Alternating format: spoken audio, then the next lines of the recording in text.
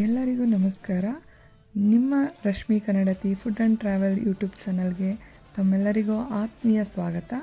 ಇವತ್ತು ತುಂಬ ಸುಲಭವಾಗಿ ತುಂಬ ರುಚಿಯಾಗಿ ಮಾಡಬಹುದಾದಂತಹ ಟ್ರೆಂಡಿಂಗ್ ಎಗ್ ರೆಸಿಪಿಯನ್ನು ತೋರಿಸ್ತಾ ಇದ್ದೀವಿ. ಮನೆಯಲ್ಲೇ ಇರುವ ಕಡಿಮೆ ಇಂಗ್ರೀಡಿಯೆಂಟ್ಸ್ನ ಬಳಸಿ ಹೇಗೆ ಈ ಸ್ನ್ಯಾಕ್ಸ್ ಅಥವಾ ಬ್ರೇಕ್ಫಾಸ್ಟ್ ಏನಾದರೂ ಸರಿ ಮಕ್ಕಳಿಗೆ ಸ್ಕೂಲಿಂದ ಬಂದಮೇಲಾದರೂ ಕೊಡ್ಬೋದು, ಟೀ ಜೊತೆಗಾದರೂ ತಿನ್ಬೋದು. ಸೂಪರಾಗಿರೋವಂಥ ರೆಸಿಪಿನ ರೆಡಿ ಮಾಡ್ತಾಯಿದ್ದೀವಿ. ಬನ್ನಿ ಹೇಗೆ ಮಾಡೋಣ ನೋಡೋಣ. ಮೊದಲು ಒಂದು ಕುಕ್ಕರ್ಗೆ ನಾನು ಒಂದು 8 ಮೊಟ್ಟೆಗಳನ್ನ ಬೇಯಕ್ಕೆ ಹಾಕ್ಕೊಂಡಿದ್ದೀನಿ. ಇದನ್ನು ಒಂದು ವಿಷಲ್ ಹೊಡಿಸ್ಕೊತೀನಿ. ನೆಕ್ಸ್ಟ್ ಒಂದು ಈರುಳ್ಳಿ ಕಟ್ ಮಾಡಿ ಅದನ್ನು ಒಂದು ಸಣ್ಣ ಚಾಪರಲ್ಲಿ ನಾನು ಚಾಪ್ ಮಾಡ್ಕೊಂಡಿದ್ದೀನಿ. ಈ ಚಾಪರ್ ಲಿಂಕ್ ಏನಾದರೂ ಯಾರಿಗಾದರೂ ಬೇಕು ಅಂದರೆ ನಾನು ಡಿಸ್ಕ್ರಿಪ್ಷನಲ್ಲಿ ಹಾಕಿರ್ತೀನಿ, ಬೈ ಮಾಡ್ಬೋದು ನೀವು. ನೆಕ್ಸ್ಟ್ ಒಂದು ಟೊಮೊಟೊ ಕೂಡ ಅದೇ ಥರ ಒಂದು 4 ಸ್ಲೈಸ್ ಮಾಡಿ ಅದರೊಳಗಡೆ ಹಾಕಿ ಒಂದು ಜರ್ರ್ ಅಂತ ಮಾಡಿಕೊಂಡ್ರೆ ಸಾಕು. ಇದು ವಿತೌಟ್ ಪವರಲ್ಲಿ ಆಗುತ್ತೆ. ಇದನ್ನು ಚಾರ್ಜಬಲ್, ಇದು ತುಂಬ ಚೆನ್ನಾಗಿದೆ ಪ್ರಾಡಕ್ಟ್ ಇದು. ನನಗಂತೂ ಪರ್ಸ್ನಲಿ ತುಂಬ ಇಷ್ಟ. ಏನಾದ್ರು ಸ್ನ್ಯಾಕ್ಸ್ ಮಾಡುವಾಗ ಇದನ್ನು ಯೂಸ್ ಮಾಡ್ಕೋತಾನೆ ಇರ್ತೀನಿ ನಾನು. ನೆಕ್ಸ್ಟ್ ಕೊತ್ತಂಬರಿ ಸ್ವಲ್ಪ ಹಾಕ್ಕೊಂಡು ಅದನ್ನು ಅದೇ ಥರ ಜರ್ರ್ ಅನ್ನಿಸ್ಕೊಂಡ್ಬಿಟ್ರೆ ಆಯಿತು. ಇವಾಗ ಮೊಟ್ಟೆನ ಬಿಡಿಸ್ಕೊತಾ ಇದ್ದೀನಿ ನೋಡಿ.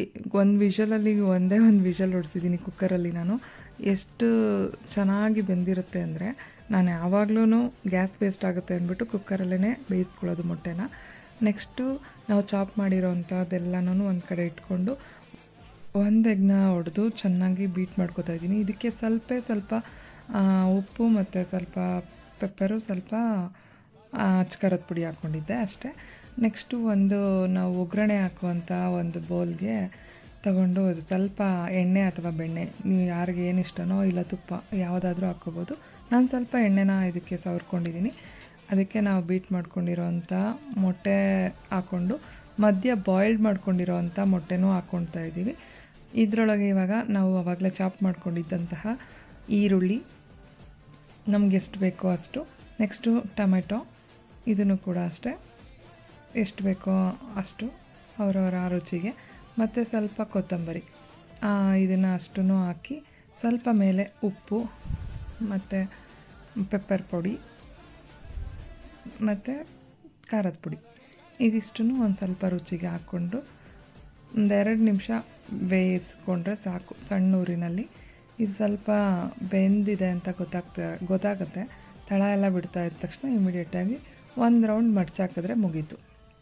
ಈ ಥರ ಅಂತ ಬನ್ ಸ್ಟೈಲಲ್ಲಿ ರೆಡಿಯಾಗಿರುತ್ತೆ. ಇದು ಬೋಂಡ, ಬನ್ನು ಏನು ಅನ್ನಬೇಕು ಅಂತ ಗೊತ್ತಿಲ್ಲ, ಅಷ್ಟು ಸಖತ್ತಾಗಿರುತ್ತೆ. ಸಿಂಪಲ್ಲಾಗಿದ್ರೂ ತುಂಬ ಡಿಲಿಷಿಯಸ್ ಆಗಿರುತ್ತೆ. ಎಲ್ರಿಗೂ ಇಷ್ಟ ಆಗುತ್ತೆ, ಮಕ್ಕಳಿಗೆ, ದೊಡ್ಡವ್ರಿಗೆ, ಯಾರು ಬೇಕಾದರೂ ಇಷ್ಟಪಟ್ಕೊಂಡು ತಿಂತಾರೆ. ಅಷ್ಟು ಸೂಪರಾಗಿದೆ ರೆಸಿಪಿ. ಈಸಿಯಾಗೂ ಇದೆ. ಸಾಯಂಕಾಲ ಸ್ನ್ಯಾಕ್ಸ್ಗೋ, ಮಕ್ಕಳ ಬಾಕ್ಸ್ಗೋ, ಬೆಳಗ್ಗೆ ಬ್ರೇಕ್ಫಾಸ್ಟ್ಗೋ ಯಾವುದಕ್ಕಾದರೂ ಸರಿ ಮಾಡಿ ಹಾಕ್ಬೋದು. ಪಫ್ ಪ್ರಿಯರಿಗೆ ಕೂಡ ಇದು ತುಂಬಾ ಇಷ್ಟ ಆಗುತ್ತೆ. ಯಾಕೆಂದರೆ ಹೊರಗಡೆ ನಾವು ಹೋಗಿ ಪಫ್ನ ತಂದು ತಿನ್ನೋದಕ್ಕಿಂತ ಈ ಥರ ಈಸಿಯಾಗಿ ಬ್ಯಾಚುಲರ್ಸ್ ಕೂಡ ಮಾಡ್ಕೊಂಡು ಆರಾಮಾಗಿ ತಿನ್ಬೋದು. ಅಷ್ಟು ಟೇಸ್ಟಿಯಾಗಿರುತ್ತೆ, ಸಿಂಪಲ್ಲಾಗಿ ಕೂಡ ಇರುತ್ತೆ. ಹಾಗಾಗಿ ಎಲ್ಲರೂ ಒಂದು ಸಲ ಟ್ರೈ ಮಾಡಿ, ಹೇಗಿತ್ತು ಅಂತ ಕಮೆಂಟ್ ಮಾಡಿ ತಪ್ಪದೆ ತಿಳಿಸಿ. ದಯಮಾಡಿ ನಮ್ಮ ರಶ್ಮಿ ಕನ್ನಡತಿ ಫುಡ್ ಆ್ಯಂಡ್ ಟ್ರಾವೆಲ್ ಯೂಟ್ಯೂಬ್ ಚಾನಲ್ನ ಸಬ್ಸ್ಕ್ರೈಬ್ ಮಾಡಿ ಮತ್ತು ಸಪೋರ್ಟ್ ಮಾಡ್ತಾಯಿರಿ. ನೆಕ್ಸ್ಟು ನಾವು ಇದೇ ಇಂಗ್ರೀಡಿಯೆಂಟ್ಸ್ನ ಬಳಸ್ಕೊಂಡು ಅದರಲ್ಲಿ ಸ್ವಲ್ಪ ಚೀಸ್ ಲವರ್ಗೋಸ್ಕರ ಇನ್ನೊಂದು ರೆಸಿಪಿನ ತಯಾರು ಮಾಡೋಣ ಅಂತ ಅಂದ್ಕೊಂಡಿದ್ದೀನಿ. ಚೀಸ್ ಅಂದರೆ ಕೆಲವ್ರಿಗೆ ಇಷ್ಟ ಇರೋಲ್ಲ, ಕೆಲವ್ರಿಗೆ ತುಂಬ ಇಷ್ಟ ಇರುತ್ತೆ. ಮಕ್ಕಳಿಗಂತೂ ತುಂಬ ಇಷ್ಟಪಡ್ತಾರೆ. ಹಾಗಾಗಿ ಅವ್ರಿಗೋಸ್ಕರ ಚೀಸ್ ಬನ್ನನ್ನು ಮಾಡೋಕ್ಕೆ ಹೊರಟಿದ್ದೀನಿ. ಚೀಸ್ ಎಗ್ ಬನ್ನು ಅಂತ ಹೇಳ್ಬೋದು. ಇದನ್ನು ಮಾಡೋಣ ಒಂದು ಸಲ, ಹೇಗಿರುತ್ತೆ ಅಂತ ನೀವು ಒಂದು ಸಲ ಟ್ರೈ ಮಾಡಿ. ಅದೇ ಕಡಾಯಿಗೆ ಸ್ವಲ್ಪ ಎಣ್ಣೆ ಹಾಕ್ಕೊಂಡಿದ್ದೀನಿ.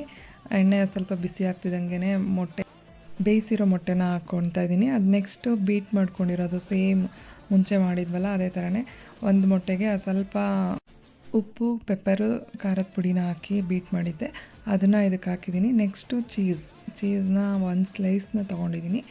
ಇದನ್ನು ಸ್ವಲ್ಪ ಕಟ್ ಮಾಡಿ ಈ ಥರ ಮೊಟ್ಟೆ ಮಧ್ಯ ಮೇಲೆ ಸುತ್ತ ಎಲ್ಲ ಹಾಕ್ತಾಯಿದ್ದೀನಿ.